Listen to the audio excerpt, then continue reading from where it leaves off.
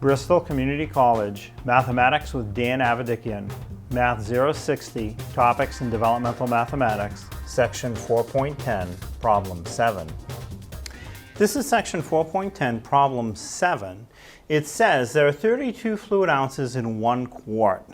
Part A asks how many fluid ounces are in 160 quarts, and Part B asks how many quarts are in 160 fluid ounces.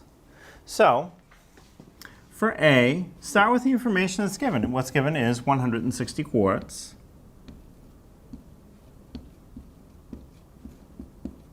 And we're going to multiply that by a 1. We're going to have a numerator and denominator that are equal to each other.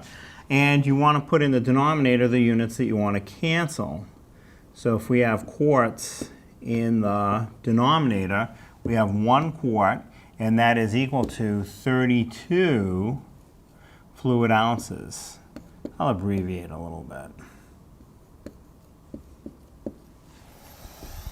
So now I have quarts in the numerator, quarts in the denominator. They will cancel.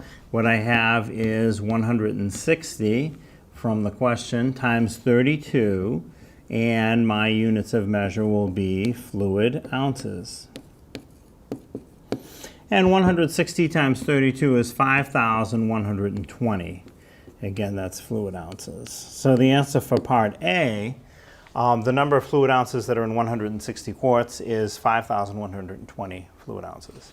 Now for B, how many quarts are in 160 fluid ounces? So it goes the other way. So again, start with what's given. What's given is 160 fluid ounces, which again I will abbreviate a little bit.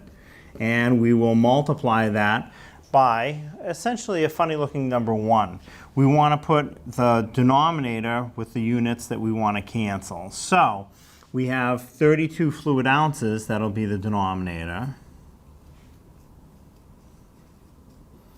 And that's equivalent to 1 quart.